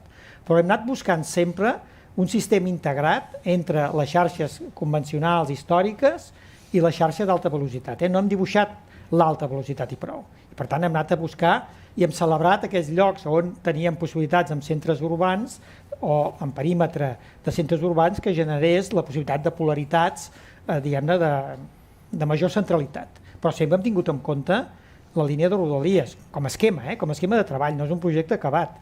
Però no hem pensat exclusivament en l'alta velocitat, hem pensat en els dos sistemes, i que els dos sistemes junts, evidentment, et permeten dir, bueno, que hem de continuar passant les mercaderies per l'alta velocitat o els hem de passar per un altre lloc. Hem d'integrar-ho tot ampli internacional, i resulta que sí, que hem d'integrar-ho tot ampli internacional. Per tant, hem anat desenvolupant aquest argument en aquest sentit. Evidentment no hem passat a les línies d'autobús i no hem passat tampoc a la mobilitat més quotidiana, perquè ens semblava que era correcte defensar un esquema d'aquesta magnitud. Ara, quan es parla de demanda per justificar una línia de ferrocarrils i diu més farem un ferrocarril allà on hi hagi demanda, anem amb cuidado. Perquè avui dia no seríem capaços de fer els ferrocarrils que al segle XIX es van fer a Catalunya. És a dir, tenir la capacitat de fer una línia que anés fins a la Tour de Querol i que passés pel túnel, diguem-ne, de Toses, té nassos. I fer una línia fins a Manresa, hi havia hagut línies fins a Berga, i portar-lo fins a Lleida i després pel baix, i després resulta que per la banda de Tarragona també tens Torre-roja, és a dir, tens una potència d'organització del país que si l'haguessin fet ara potser només haurien fet les autopistes que segueixen aquests traçats, però resulta que aquests eixos primer van ser ferroviaris que autopista. Per tant, dir, la demanda ens justificarà quin és el model futur? Dius, home, la demanda i més coses, és a dir, si hem invertit 16.000 milions a la línia 9, que valen una fortuna per usuari, jo crec que també és plantejable en termes de Catalunya fer ferrocarril a una altra escala, és correcte plantejar-s'ho, perquè estàs construint tot el país. I per tant, la versió de la demanda és una versió que hem de posar una miqueta que valgui també per tothom, perquè la demanda i la rentabilitat de línies com la línia 9 és que són brutals. És a dir, no es tracta de fer línies 9 per l'interior de Catalunya, perquè es poden fer línies amb superfície, es poden fer línies de vegades fins i tot que siguin d'una sola via, no fa falta la doble via. La línia de Ferrocarrils de la Generalitat de Martorell a Igualada funciona a la mar de bé amb una sola via, i els trens es creuen a les estacions, i ha durat 100 anys. I les línies de Sabadell i Terrassa, fins l'arribada de la Generalitat, la doble línia arribava a Sant Cugat, i de Sant Cugat anaves a Sabadell i Terrassa per via única. Per tant, diguem-ne, una certa potència d'esquema es pot tenir. Ara, evidentment, si després som capaços de relligar-ho amb mobilitat d'autobusos, etc., tot això és evident. És a dir, és evident que acabarem de configurar això, però detectar aquestes polaritats que hi ha a Catalunya ens semblava que era important. Per exemple, si tu et mires bé el mapa entre Tarragona i Lleida, les rodalies i l'alta velocitat coincideixen més d'una vegada i aquí podries fer una estació. Té interès? Segurament no. En aquest moment segurament que no. Però un Hostalric, un Vilafranca, un Vendrell, sí que són polaritats que, diguem-ne, tenen ja una possibilitat, diguem-ne, d'entrar en escenari que és més clara. Però, sobretot, és a dir, siguem conscients de la potència del que es va fer a Catalunya al segle XIX. És a dir, el Miquel Puig ha fet un llibre recentment que parla de Barcelona i diu el gran invent de Catalunya va ser Barcelona. Diu, Barcelona és una ciutat potentíssima, diu, i per tant, per estar en el món vam inventar Barcelona. Bueno, vam inventar Barcelona, però també vam inventar alguna cosa més. Diu, els ferrocarrils a l'escala catalana, que van ser fets per capital català, és a dir, no van ser capitals francesos com a Castella, sinó va ser capital català, són d'una impronta absolutament espectacular. Per tant, i ara hem fet autopistes i autovies. I ara no, ara quan passarem a ferrocarrils farem petitets i de poca vigilància. Home, no, tinguem la mateixa magnitud d'ambició de país que vam tenir en altres moments. Llavors, el que passa que en els últims anys hem cregut que només fent autopistes i AVE ja funcionava. O sigui, pensant-nos que fèiem la talla màxima ja teníem el país resolt. I no és veritat, hem abandonat les rodalies i hem abandonat també la xarxa secundària vial. El que passa que n'hi havia més. La xarxa distribuïdora de carreteres n'hi havia més perquè històricament havien fet més. Però el tòpic polític era talla màxima, autopistes i AVE. Ara, resulta que ens ha fallat les rodalies i ens ha fallat la distribució d'aquesta xarxa bàsica, ens han fallat rondes urbanes, ens ha fallat un altre nivell que n'hi havia més, però que tampoc era tan complet. Per tant, hem fallat en els dos camps. Penso que inclús s'ha d'afegir una exigència, que és el que vèiem abans, del que és el transport de mercaderia, perquè aquest sí que afecta d'una manera important a el que seria tot el motor econòmic de Catalunya i a les diferents comarques de Catalunya productives. Realment, quan tu has passat abans la teva diapositiva, diguem-ne, doncs sortien unes ratlles ben clares i sortien molts més trens de mercaderies que no pas de passatgers, almenys pel que visió.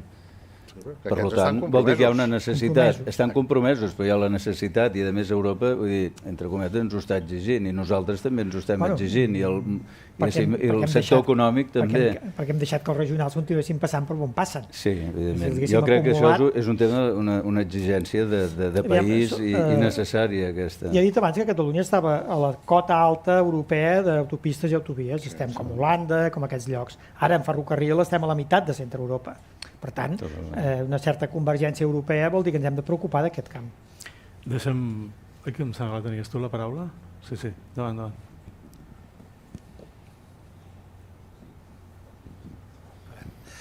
Bueno, jo aquí s'ha dit alguna cosa, tu, per exemple, o l'Antoni Font, o l'Antoni, que m'agradaria reprendre aquest diàleg, o sigui, la idea de la importància que tenen les estacions, que tindran en el futur, de fet ja ho tenen, el que passa que no se li dona, però també s'ha de tenir en compte que aquestes estacions no serveixin com a motor de desenvolupament econòmic d'una regió, perquè ja no estem en aquesta situació, estem en una situació contrària. O sigui, els trens han de servir precisament per contenir determinats impactes ambientals, o sigui, per no utilitzar el camió o no utilitzar el cotxe i utilitzar el tren. Per tant, això jo crec que s'ha de valorar. O sigui, estem en una època que el Turiel diu que estem en un gran descens. Jo crec que aquesta és una qüestió que aquí no s'ha parlat. O sigui, sempre sembla que hàgim de tirar amunt, créixer, quan en realitat estem davant d'una davallada important. I el tren ha de servir per contenir aquesta davallada, però no per créixer més, sinó al contrari. I aleshores li falta una altra pota, o sigui, no n'hi ha prou amb les estacions. El tren és un sistema, diríem, bastant rígid, o sigui, és un element lineal que té unes estacions, però després hi ha tot un territori a darrere que s'ha d'estudiar tot el que és el tema de la mobilitat sostenible, que ha canviat radicalment en aquests últims anys. I per tant hem de veure què passa amb la bicicleta, què passa amb el patinet, què passa amb el vehicle elèctric d'una plaça o de dues, i com això pot generar, diríem, tot el resto de la mobilitat del territori. Per tant, hem de replantejar no només el tren, sinó també les xarxes viàries en aquest sentit, que és el que està passant en aquests moments a Barcelona. Jo voldria fer un complement al que has dit, si no em sap greu. Jo conec bé el cas japonès i al Japó, precisament, el tema ferroviari el que fa, o sigui, aquests creixements que hi ha hagut al voltant dels nodes ferroviaris, el que han permès és que la població vagi més en tren, perquè en aquestes zones, com que tenen més serveis, tenen més oferta, els hi permet arribar en aquests llocs des d'altres poblacions, aprofitar l'oferta que tenen i, a més, connectar amb altres destinacions que tenen. I, a més, en via molt ràpida. Evidentment, al Japó és un paradigma amb això. Està molt bé. És un complement, lo cortés no quita lo valiente, diríem. No ho matem, diguéssim, perquè jo penso que és un bon complement. Llavors hi ha dues escales, és a dir, que al voltant d'una estació t'hi apareixi un hotel, unes oficines o algun centre comercial, no passa res, és a dir, tot Europa n'està ple. Ara, de vegades també tens una àrea al costat d'aquesta estació que pot generar una àrea de centralitat i d'activitat important. És a dir, en aquests moments, molta part de l'activitat econòmica que genera Barcelona ciutat està feta en àrees denses i amb serveis. Per tant, vol dir espais tipus oficina, no són polígons. Això genera una ocupació intensa que està posada sobre un nucli urbà que tenia una qualitat urbana. A la mesura que les estacions poden generar aquesta qualitat urbana, aquest creixement induït al seu voltant és important. I a la mesura que aquest creixement és excepcional, fruit d'aquesta estació, estaria bé que el fes el sector públic, que ho té molt fàcil per fer-ho. Per tant, podem combinar una actuació pública i una actuació de nova activitat o de direcció d'aquesta activitat i d'infraestructura d'una manera prou coordinada amb espais relativament petits i acotats. Hi havia una paraula aquí, no? Sí, soc Joan Valero, soc quasi arquitecte, no ho soc, encara. Llavors, sobre el de la gran escala, la gran escala és l'avió, la més gran de totes, i ara acertadament s'està dient, bueno, els vols curts fora perquè és absurd, perquè trigues més entre que vas, que puges, que baixes, que esperes que no sé què. Bueno. Llavors, aquests vols curts, l'única funció que tenien lògica era d'abastir gent que va de Valladolid a no sé quantos, a San Diego, doncs no hi haurà vols Valladolid-San Diego, no? Hi haurà un vol Valladolid-Barcelona i Barcelona-San Diego. Però llavors no ens calen vols a Valladolid perquè ja tenim l'AVE i no volem avions que ens contaminin per anar a Valladolid. I perquè vinguin aquí a Valladolid, ja quan vulguem anar a Valladolid ho anirem amb l'AVE, que és molt maco. Però l'AVE no arriba a l'AVE a... com es diu això? A l'aeroport. És a dir, aquí estem parlant de que s'ha de relligar els rodalies amb regionals amb alta velocitat i també s'han de relligar l'alta velocitat amb els aeroports com si fossin un sol sistema. Llavors, si algú de Valladolid... dic Valladolid perquè, mira, vaig anar amb avió l'altre dia de Brussel·les, odio anar amb avió, i l'avió que havia de venir aquí va acabar a Girona, vam tardar tot un dia, que si haguéssim anat amb tren hagués tardat el mateix, hagués sigut molt més bonic, menys contaminant, i hi hauria un altre avió que era de Valladolid, i sap que feia un avió que de Valladolid a Barcelona, però existia. La cosa és aquesta, que cal relligar totes les escales, també dels AVEs cap a regionals, cap a l'autobús també, perquè l'autobús té un potencial enorme, perquè tenim la infraestructura feta de tota la infraestructura de carretera sobredimensionada. Tenim tota la infraestructura feta i només cal ficar els bitxos, els autobusos ja estan, sol que hi ha 10.000 línies a Catalunya que ningú ni sap ni on van, ni on venen, ni quan, ni com. És a dir, que els busos estan, les vies estan, les asfaltades, sol cal endreçar-les, fer els mapes bé, fer els horaris bé i dedicar, jo què sé, gent a fer-ho, gent que en sàpiga. Llavors, endreçar cap a baix amb els sistemes mitjans amb el petit de l'autobús i endreçar també el ferrocarril amb els avions perquè, per exemple, amb la línia litoral que no costaria res de fer, doncs aquesta podria ser la que va a l'aeroport i fer-la amb ample europeu i fer l'aeroport de la TU que fos la terminal de les altes velocitats. I ja està. No està. Volen fer un quart carril a l'AP7 i amb el que costa el quart carril crec que es podria fer una terminal... Allò és que tenen a França, que ho vaig veure un cop, que és com un tren, però que en lloc de pujar a les persones, pugen als camions, giren i ja van cap allà. I amb el que ara que està la benzina és que tots els camioners dirien vale, jo pujo el tren i fent una terminal d'aquesta no guanyes un carril, guanyes dos, perquè els camions quan avancen n'ocupen dos. I crec que seríem... No guanyaríem diners, però el que sí que aconseguiríem és deixar de perdre diners amb combustible, és a dir, fem, que vinguin turistes no sé què, perquè així guanyarem 4 pessetes no sé quantos, i totes aquestes 4 pessetes que arriben aquí ens les gastem en combustible, no sé quants milers de milions d'euros ens gastem en combustible que ni el produïm ni res, només per no endreçar tota la mobilitat. Home, jo quasi m'has deixat la pilota votant, que diuen, no? Perquè jo aquest trajecte Valladolid-Brussel·les l'he fet i l'he fet amb tren. Perquè he fet Brussel·les-Midi a París Nord i he baixat a París-Austerlitz amb el tren que anava a Madrid. Jo he viscut 18 anys a Madrid i passava per Valladolid. Per què no hi és aquest tren? Doncs no ho sé.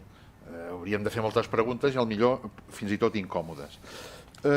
Fixa't que jo he parlat aquí, he deixat així d'esquitllada un puesto que se'n diu Vilobí d'Onyar, que és l'aeroport de Girona. I jo és que estic veient aquí un senyor i he de dir que, vista la situació de l'estació de Sants i vista l'estació que tindrà la Sagrera, necessitem, com el pa que mengem, fer una intervenció d'una estació sud de Barcelona, que aquest lloc ideal, idoni, se'n diu Aeroport del Prat, a la zona del pàrquing de la T2. I això, i és més, el Manel ho ha pintat amb una figura geomètrica que se'n diu fòlium de Descartes, que et permet tornar a l'origen i et permet connectar tots aquests punts que són el hinterland de l'aeroport de Barcelona. Aleshores, no podem estar més d'acord. Però, al tanto, si volem fer serveis que combinin avió i tren, per exemple, això està a Brussel·les, Midi, per anar a París i després continuar amb avió, al tanto que hem de fer més coses. No es tracta de fer una estació i dir, i aquí pujaran els trens. No, hem de combinar una empresa aeronàutica amb una empresa ferroviària i que tinguin els serveis interconnectats entre ells a fer això que se'n diu el vector terra, que és el tren en aquest cas. Això no és fàcil de gestionar. Jo ho he provat, a França funciona relativament, o havia funcionat, parlo abans de la Covid, però les coses no són tan senzilles així com ens pensem. I has mencionat el tema de l'autopista ferroviària, que la paraula concreta en aquest cas és ferrotage o piggyback, és el que he posat jo a la llagosta. Això que he posat via, és el sistema LOR, que és aquest que gira i permet posar els semiremolcs a dalt del tren. Probablement el que s'hauria de fer entre Vilafranca i, què et dic, per exemple, Vilamalla o la pròpia Girona Mercaderies, que és un lloc molt ben ubicat, un servei d'autopista ferroviària, però amb el que pots veure a Suïssa o veure a Alemanya o a Itàlia. Per exemple, de Novara a Friburg, en què puja tot el camió i els conductors van amb un cotxe especial dintre del mateix tren i això fa que aquells camions desapareguin de la carretera. Aleshores, hi ha puntes bé, el que passa que això no és barat, no és per demà, però hi ha alguna prestació d'aquestes que es podria fer pràcticament demà. Particularment de Girona cap amunt o cap avall, es podria fer pràcticament demà. Sí, si us sembla, se'ns està acabant una mica el temps. Hi havia una paraula demanada aquí, després una altra allà, i finalment et volia fer una pregunta, però si de cas cap al final. Vols contestar? No. Sí. Aquesta és la primera, sí. Jordi Cuyàs, soc el president de l'entitat Pro Vegueria Penedès, que treballem per anar-la implementant. Em sona molt bé la música i tot el que dèieu, però com a neòfit amb els trens hi ha un punt que m'he perdut i m'agradaria que... molt simple. Aquella línia vermella que va de l'Aldea a França, diguéssim, a Figueres, a mi em semblava en un moment com si això fos una cosa que es pogués implementar ja. És a dir, que en una part agafava la via no AVE, la via de regionals actual, i després en altres trossos agafava l'AVE. Però amb alguna explicació m'ha semblat com si tot fos l'AVE. Tot l'AVE no hi és, perquè cap allà baix no hi és. Per tant, sí, ja hi és? Que jo no l'he vist. Ara en parlem. Bueno, m'agradaria que, perquè jo he començat a escriure en mitjans d'allà sobre això pensant que era una idea mixta, però aquí ara m'he perdut. Hi ha les dues versions, és a dir, un plano ideal tindríem una línia d'alta velocitat completa, que de Tarragona cap avall no hi és, però pot ser-hi, i tindríem unes línies convencionals de segona categoria. Això seria un esquema jeràrquic. Ara, des del punt de vista dels serveis, no fa falta esperar aquest esquema, sinó que fent servir les vies que tenim ara des de Barcelona cap al sud i que passen per la costa, no per l'interior, i després fent servir l'alta velocitat a les línies d'alta velocitat de Mollet cap amunt, ja podríem establir un servei regional de punta a punta de Catalunya que tampoc existeix.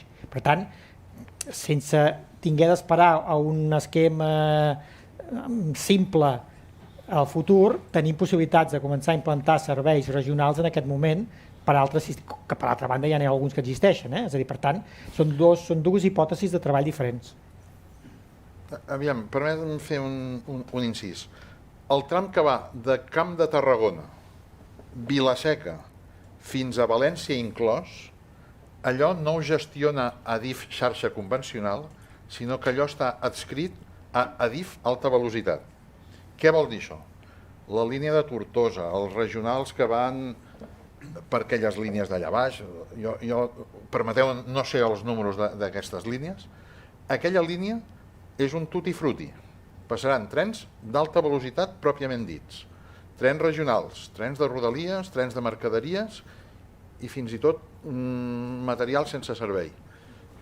És comprensible això, no vull entrar aquí, però aquesta és una realitat. I això té un compromís de tenir l'ample canviat com a molt tard el segon semestre del 2025. De fet, ho tenia abans, però jo ja magnànimament dic el segon semestre del 2025.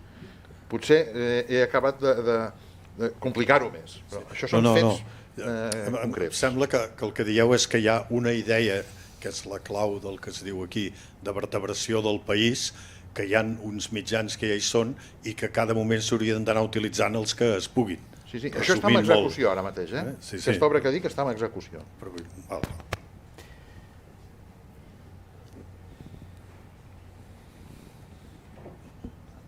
Hola, jo em dic Arnau com a Joan, soc enginyer civil, no soc arquitecte, però sí que és d'agrair, crec, que el Col·legi d'Arquitectes organitzi això.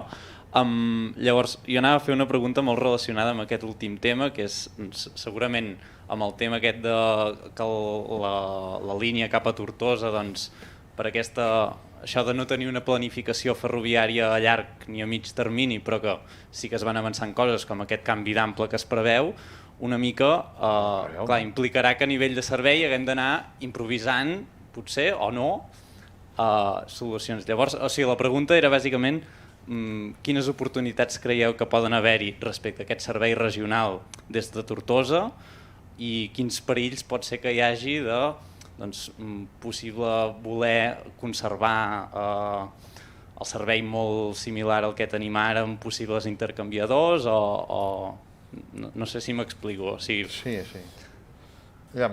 Permetem que comenci allò dient niego la mayor. Això no està improvisat. Aquí tenim des del 2004 estudis informatius i declaracions d'impacte ambiental. Que es canviava l'ample de la via de Tortosa és que això ho sabia el que sapigués llegir, només calia llegir. Jo ahir vaig rebre una notícia que vaig comentar fins i tot si era un fake, perquè com ara s'inventen les notícies amb la intel·ligència artificial, que és que ara de cop i volta una cosa que estava aprovada cap al 2004, diuen volem ample internacional i alta velocitat a Salou. Disculpeu-me, és que això ho diu la DIA i ja estava previst. I una tercera via fins a Tarragona. Estem inventant la sopa d'all. Ara bé, jo sé d'aquesta estació, que l'ha pintat el Manel, aquesta estació que ha de ser per l'aeroport de Reus. Jo ho sento, però aquella estació, si els trens han de venir de Tortosa i han de continuar cap a l'aeroport de Barcelona o cap a Barcelona, doncs aquella estació la veuran a uns 500 metres, però no la faran servir. I si fem trens de Salou, tant sigui cap a París o sigui cap a Madrid o cap a Saragossa, per anar a Port Aventura, al Hard Rock, aquesta estació també la veuran a 500 metres una mica més enrere i per què ha servit aquesta estació? Doncs no ho sé. No estava prevista cap declaració d'impacte ambiental. Aleshores, què hem de fer? Vet aquí una de les raons per les quals hem de canviar l'ample. Perquè, a més, tenim un coll d'ampolla a l'estació de Sants, que això no ho dic jo, són xifres oficials que estem ja a l'entorn del 70% de saturació de serveis a l'estació de Sants. I amb els 16 trens que haurien d'anar Vinaròs-Tortosa, això se'ns col·lapsa. I per això se n'ha parlat de fer un canviador d'ample a l'alçada de Vila-seca, Pressat Vila-seca. Això afegeix problemes perquè els trens es puguin aturar a Vila-seca. Déu-n'hi-do, el que acabo de dir. d'aquests moments hi ha serveis regionals, però són tots ells radials des de Barcelona. De la mateixa manera com fa molts anys, quan es va construir l'autopista de la Jonquera sortia de Barcelona cap a la Jonquera i l'autopista cap al sud sortia de Barcelona a Palau de Llobregat cap al sud. I no va ser després, sinó que les van unir amb el tram que en diem B30.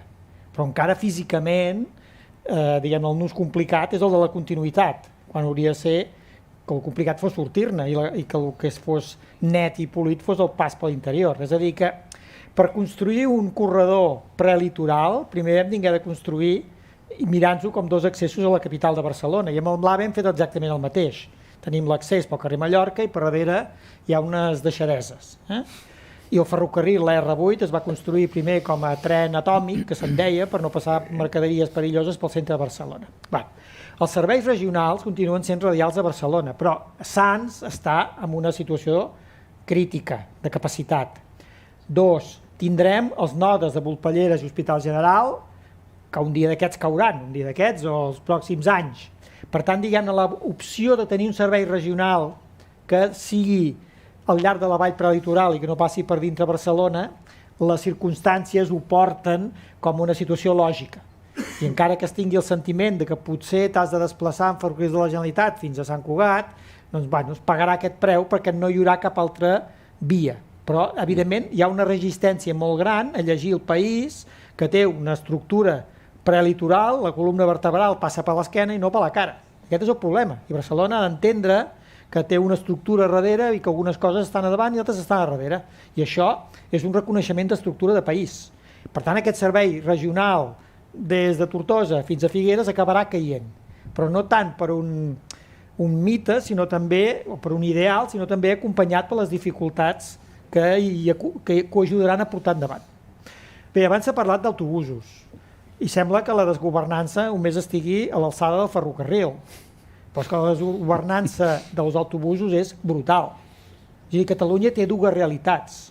Una és àmbit TMB, són 18 municipis que tenen serveis de transport metropolitans a Barcelona, que és mèrit de Barcelona i de l'àrea metropolitana i els recursos que hi posa l'Ajuntament de Barcelona, etc., però també del feix de calés que hi posa la Generalitat de Catalunya pel funcionament quotidià, no hi ha les inversions, sinó perquè com que es considera mobilitat metropolitana, la mobilitat de l'àmbit TMB, aquí s'hi aboca el sac.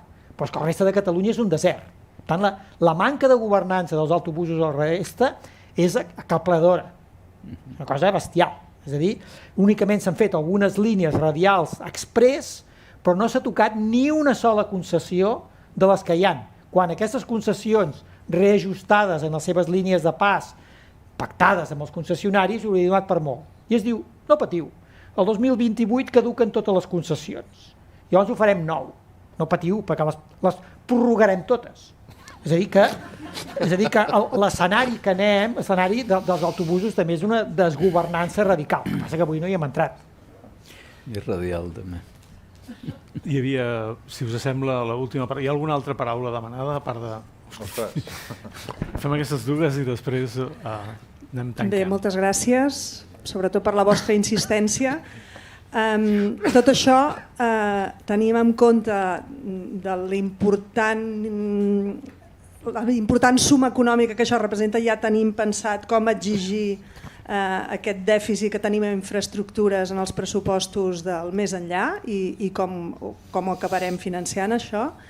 Quan parlem també d'aquesta extensió de la xarxa, és bo pensar en tot el territori i que s'expandeixi i que es dispersi per tota Catalunya.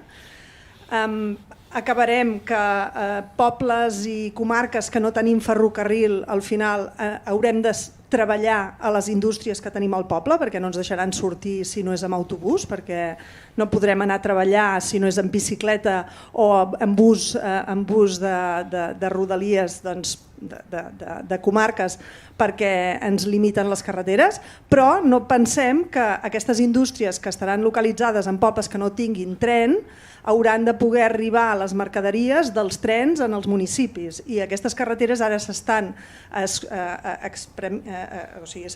estretant perquè s'hi estan fent carrils busos per aquests BRCats per fer-hi les línies d'usos perquè la gent vagi a treballar amb autobús, però no es pensa que els camions també han d'arribar en aquestes indústries. I llavors ara per posar-hi, ja que sóc l'única dona que us està preguntant, és si teniu quantificat, ja que en el curt, a la distància curta, el màxim nombre d'usuàries som dones, amb mig recorregut i alta velocitat, si a l'alta velocitat hi ha més homes. Si això ho teniu quantificat. Gràcies. Això últim no ho tinc quantificat. Sobre la primera qüestió, que és com es paga això, la qüestió és plantejar-ho bé. És a dir, un estat decent és un estat equitatiu. Un estat que inverteix de manera anàrquica en el conjunt dels seus territoris és un estat denunciable. Ara ho hem de plantejar bé. Quan es diu Catalunya té més PIB i com que té més PIB vol més infraestructures, engeguem un procés sense sortida, perquè aquell que diu jo tinc menys PIB, jo vull tenir més PIB i per tant vull més infraestructures. És un debat irracional. Els estats correctes, mires Centre-Europa, la dotació d'infraestructures és molt homogènia en el conjunt de les seves regions. Homogènia no vol dir igual, perquè tenen en compte factors superficials, factors de superfície, però és objectivable. Per tant, la inversió s'hauria d'objectivar i no ho han fet. Si repartissin els hospitals amb el mateix criteri que reparteixen els diners del corredor mediterrani, que passa per Madrid, ja s'hauria mort la gent. Evidentment, els hospitals i les escoles reparteixen per 1.000 habitants, per 1.000 escolars, etc. Les infraestructures han de tenir una formulació d'equitat que s'hauria de construir com a relat, com a plantejament. I aquest plantejament donaria dret a Catalunya a reclamar unes inversions correctes, com de la mateixa manera també defenses que altres territoris també les han de tenir. És a dir, en termes absolutament d'equitat. Però això és una construcció que s'ha de fer. Diguem-ne, Espanya o Catalunya hem avançat en els últims anys en sistemes escolars i sistemes sanitaris, però amb el món de les infraestructures, en alguns aspectes, benvinguda va ser la crisi perquè ens va parar algunes animalades que s'haurien pogut fer. És a dir que, però això vol dir que hi hauria d'haver una capacitat de governança i de planificació i d'acord social sobre aquests camps que és molt necessari, perquè estem absolutament molt distanciats del rigor que s'ha aplicat, si més no, a l'educació i a la sanitat. Un apunt molt breu. Em sembla que no hi ha estadístiques de separació homes-dones que fan servir els serveis ferroviaris en general, crec que no existeix. I un apunt sobre el finançament. Jo he participat en algun altre treball amb altres autors de com finançar algunes d'aquestes coses amb els fons Next Generation. Encara hi ha diners amb els fons Next Generation. I al tanto el mètode comparatiu. El mètode comparatiu és què fan a França? Per què a França no hi ha tants soterraments com aquí? És que els territoris i els termes municipals per on passen les infraestructures paguen i molt. Moltes dèries d'aquestes coses, i soterrament aquí, i allà, i més enllà, ui, calma, calma, d'això pagues el 30 o el 40%, s'esveix, però ràpidament. I això està passant a França. O els Next Generation haurien pogut servir per unificar la xarxa ampla internacional. Per exemple, i això tenim un treball fet amb altres autors, que no era tan difícil, perquè hi ha moltes travesses que ja ho permeten, per tant sembla un problema enorme i resulta que no ho és tant. No ho és gens. Seguim amb la següent paraula. Sí. Bé, em dic Genoveva Català i soc del Centre d'Estudis Comarcals del Baix Llobregat. Agrair moltíssim aquesta sessió. Manel, ja ens coneixem d'altres trobades. M'ha semblat molt interessant, però molt interessant. I des del Baix Llobregat, com és bastant lògic que penseu, doncs tota l'estona malda una preocupació que és el tema de l'ampliació de l'aeroport i el que pot representar. La setmana passada, el dia 15, hi va haver-hi una sessió sobre tots els temes relacionats amb el territori delta, l'ampliació de la zona CEPA, és a dir, tot el que significa la infraestructura verda metropolitana, que és un altre dels reptes que tenim sobre la taula. I avui jo estava treballant pel butlletí que tenim en la nostra entitat i el dedicarem a les qüestions relacionades precisament amb aquest espai i el que ha significat ara ja el nou informe del panel d'experts del canvi climàtic sobre les necessitats que s'han d'abordar i els 7 grans plans que comporten aquests objectius. Clar, quan us estava escoltant, aquesta proposta encaixa perfectament amb aquestes necessitats de caràcter internacional que estan detectades per la comunitat científica i, en fi, de vegades ja acabem negant l'evidència científica. Soc una persona una mica d'acció i escoltant-vos em toca felicitar la iniciativa de Fem Vallès, de la Fundació, del COAC d'haver-ho rebut i de la capacitat que tenim els grups i les organitzacions per emetre la nostra opinió. Però crec que cal fer acció política i se'm suggeria, i no sé, potser ho teniu en cartera, però que potser seria interessant, acabades aquestes sessions, concitar la possibilitat de fer una compareixença a la comissió parlamentària corresponent per fer-los conscients d'aquests projectes. Perquè conec algun que altre diputat o diputada de diferents grups i de vegades la dimensió del que s'acaba tenint entre mans quan es tenen responsabilitats polítiques, alguna que també he tingut a la meva vida, de vegades tinc seriosos dubtes. Crec que el coneixement que heu exposat ha de tenir més translació, no? I quan tu has explicat una mica l'estructura del propi govern de la Generalitat per abordar aquestes qüestions, m'he quedat francament preocupada. Penso que tenim una mica l'obligació d'insistir en tots els fronts. Evidentment, un és amb una activitat com la d'avui, però n'hi ha d'altres que segurament ja feu. Però si se n'ha de fer alguna més, compteu amb nosaltres. Sobre el Parlament tenim demanada compareixença. Perfecte. Però també us direm que fa uns quants anys hi vam anar-hi. Per tant, diguem-ne, no és la primera vegada que parlem d'aquests temes. Constatem que hi ha unes inèrcies com d'ortodòxia sobre el planejament aprovat.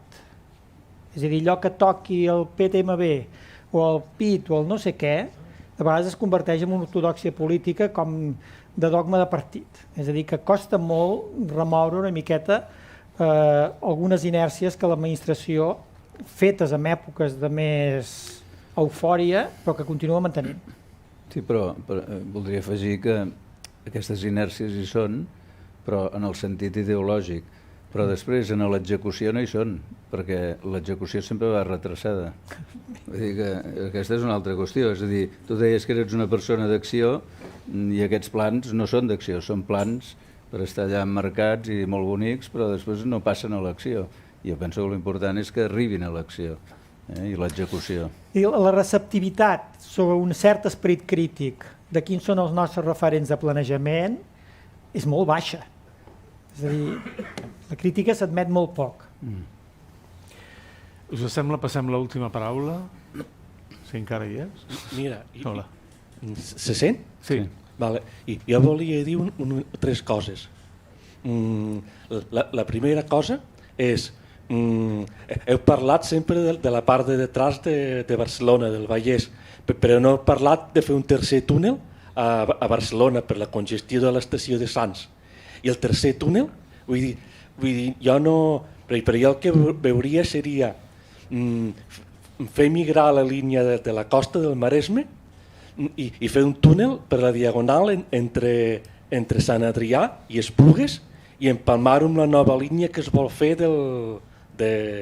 hasta Castelldefels. Això és la primera cosa. La pregunta clau seria com veieu un túnel ferroviari per baix de la diagonal, el tercer túnel? La segona cosa que vull dir, abans algú ha dit, i també vaig veure la notícia, que Salou reclama una estació d'alta velocitat. Com pot reclamar això Salou si fa 4 dies s'ha carregat l'estació que pujava un munt de gent? I tercera, abans he parlat del corredor mediterrani, però la gran espina del corredor mediterrani, trobo jo, és la volta que fan els trens per sortir, per entrar i sortir de València per venir cap a Barcelona. L'estació del Nord, la Font de Sant Lluís i... Això està previst arreglar-ho? Quan s'arreglarà això? Sí, aviam, crec que puc contestar les 3 i breument.